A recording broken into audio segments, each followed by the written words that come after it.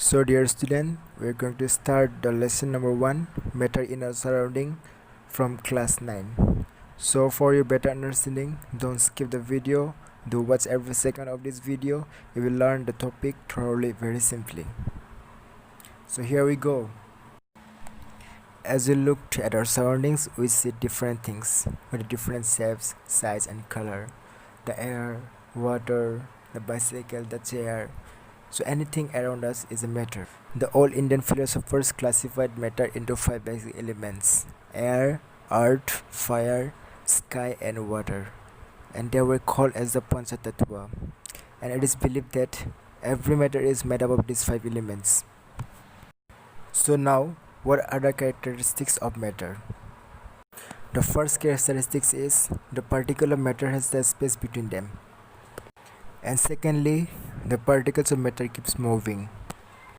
And the next, the particle of matter attracts each other. So now we are going to learn how a matter exists. Matter exists in 3 states: solid, liquid and gases. So first we will discuss about the solid state. As we are surrounded by the huge numbers of solid things, so their properties are also visible to us. So a solid has a definite shape, definite volume, solids are incompressible, solids are diffusible and they are rigid. So these are the basic characteristics of a solid. So next we will discuss about the characteristics of a liquid state. So the common liquid we all know is a water. So a liquid do not have a definite shape, but it has a definite volume. So liquids are incompressible. Liquids are slightly more diffusible in the solid state, and a liquid has a fluidity nature. It can flow over here and there. And lastly, we are going to discuss about the gaseous state of matter. So the gases has neither definite shape nor a definite volume. They are highly compressible, they are highly diffusible, and the fluidity is very high in a gaseous state. So these were all the characteristics of the solid, liquid and gaseous state.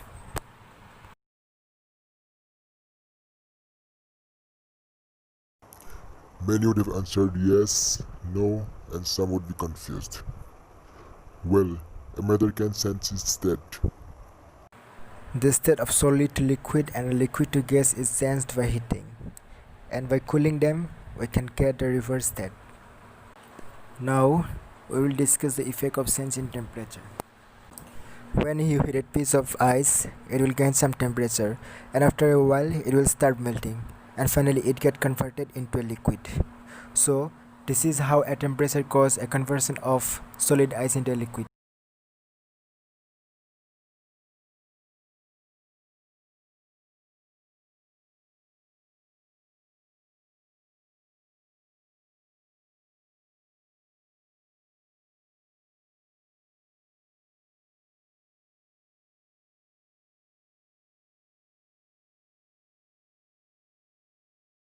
So now we'll discuss the effect of the pressure.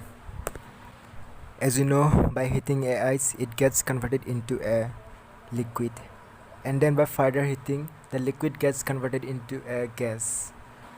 But by the effect of the pressure, a solid directly gets converted into a gas without being sensed to liquid, and the process is called a sublimation.